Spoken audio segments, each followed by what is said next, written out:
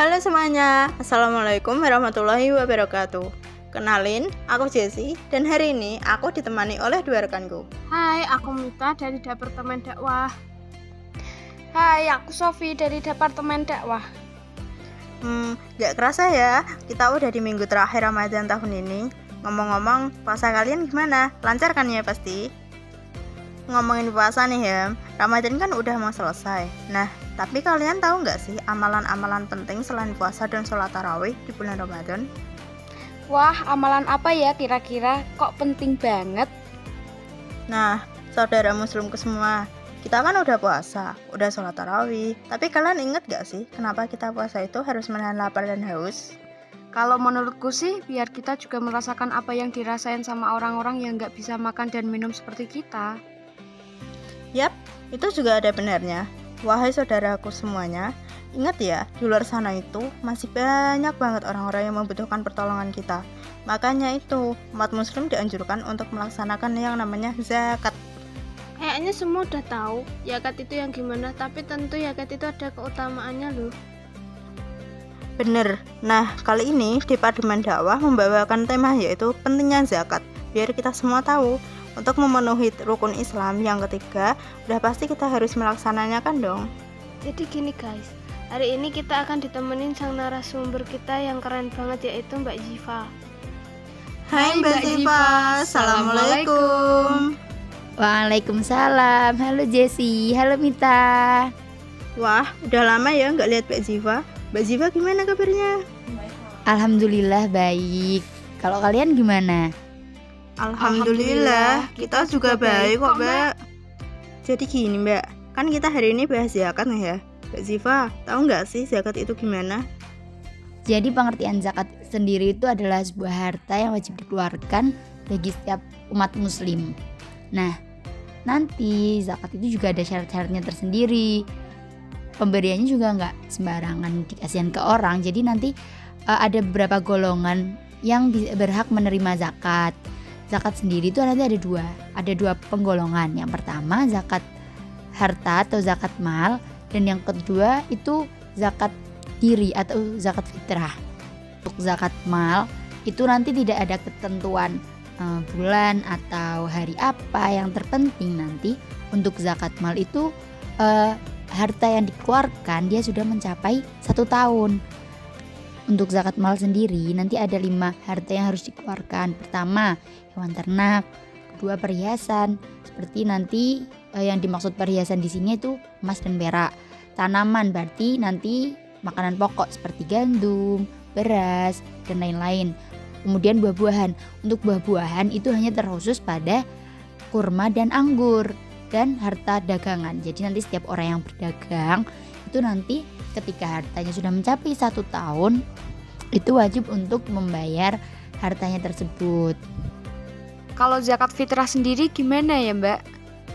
Nah, untuk zakat fitrah itu cuma bisa dilakukan pas bulan Ramadan. Jadi waktunya itu dari awal Ramadan sampai sebelum dilaksanakannya sholat Idul Fitri.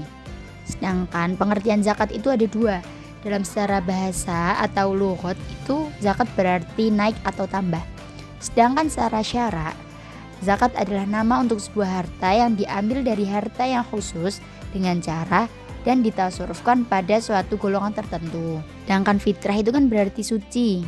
Nah, kenapa disebut zakat fitrah? Karena nanti zakat itu bertujuan untuk menyucikan diri kita. Jadi kalian itu gak usah takut ketika kita zakat itu bukan berarti nanti kita mengurangi harta, tetapi kita menambahkan harta itu sendiri. Melihat dari pengertian zakat atau arti dari zakat tersendiri adalah tambah.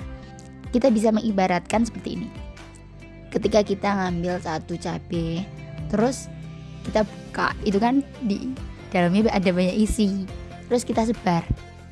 Nah, nanti dari isi-isi tadi atau biji-biji tadi itu akan tumbuh pohon cabai yang lain. Jadi bukan berarti ketika kita mengambil 1 cabai itu menguranginya, tapi kita bisa menambahkannya. Nah, ibarat 1 buah cabai itu harta kita, dan bentuk dari penyebaran biji adalah bentuk dari kita menyerahkan atau menyebarkan dari zakat fitrah itu. Pengertiannya kan udah dijelasin nih ya guys. Tapi ada nggak sih dalil yang menjelaskan perihal zakat ini biar kita semua lebih paham gitu loh? Ada dong, tetap nanti semua yang diatur Islam itu tetap terdapat dalil tertentu. Nah, dalilnya itu ada di Al-Quran surat At-Taubah ayat 60, ayat 71 dan ayat 103. Kalian bisa buka sendiri-sendiri ya.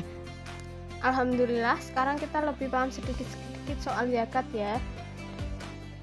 Bener, pengertiannya udah, dalilnya udah, manfaatnya juga udah. Sekarang kita bahas nih, siapa yang berhak menerima zakat itu? Apakah orang-orang tertentu atau random ya guys? Tapi nggak semua orang ya yang berhak menerima zakat. Tetap nanti ada beberapa golongan yang dia berhak menerima zakat. Wah, siapa aja tuh Mbak? Terdapat 8 golongan yang tertera dalam surat At-Taubah ayat 60. Bismillahirrahmanirrahim. Innamas shadaqatu lil fuqara'i wal masakini wal 'amilina 'alaiha wal mu'allafati qulubuhum wa fir riqabi wal gharimina wa fi sabilillahi wa ibnis sabil fariidatan minallah wallahu alimun hakim. Jadi diterangkan bahwa ada 8 golongan orang yang berhak menerima zakat. Yang pertama nanti orang fakir, yaitu orang yang tidak memiliki pekerjaan dan juga harta.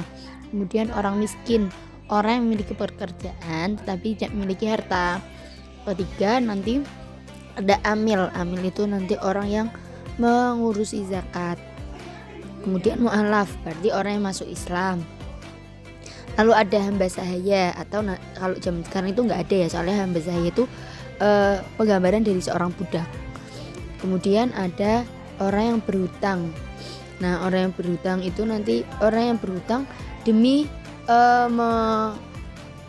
mendamaikan dua golongan yang sedang berselisih. Lalu ada sabilillah atau orang yang berjuang di jalan Allah.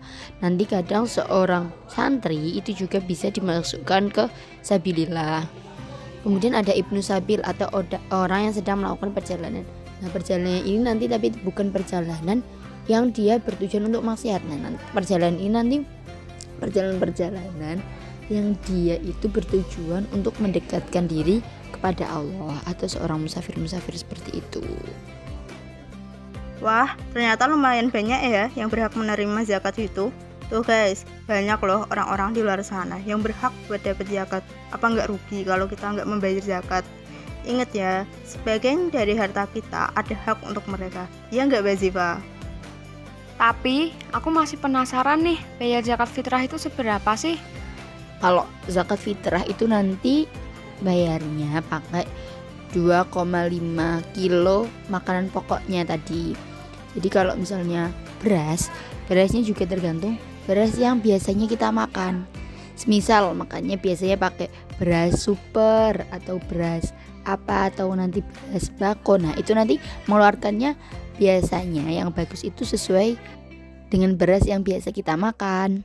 Atau kalau zaman sekarang itu bisa diganti dengan uang, tapi nanti uangnya tergantung dari harga 2,5 kilo tadi. Kalau misalnya 2,5 kilo harganya 40.000 ya 40.000 atau 50.000.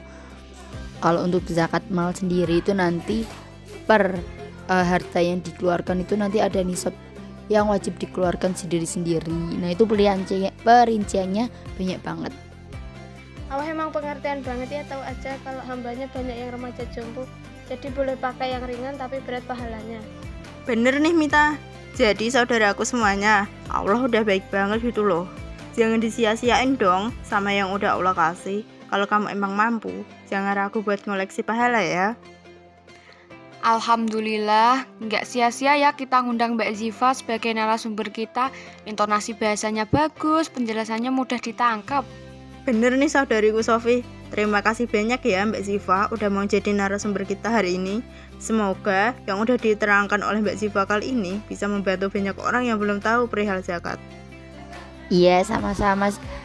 Aku juga seneng kok, soalnya kan jadi nambah pengalaman tersendiri, juga bisa berbagi ilmu yang aku tahu.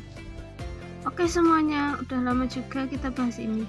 Udah saatnya nih kami pamit undur diri. Semoga puasanya makin lancar ya semuanya. Sebelum itu kami mengucapkan Minal aizin wal faizin. Mohon maaf lahir dan batin. Semoga sampai lebaran dan lebaran selanjutnya kita masih dikasih kesempatan Allah untuk saling bersilaturahmi ya.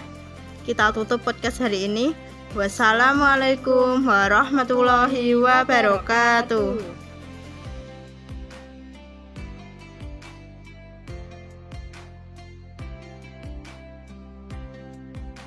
Semoga sampai lebaran dan lebaran selanjutnya kita masih dikasih kesempatan Allah untuk saling bersilaturahmi ya.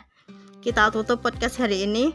Wassalamualaikum warahmatullahi wabarakatuh.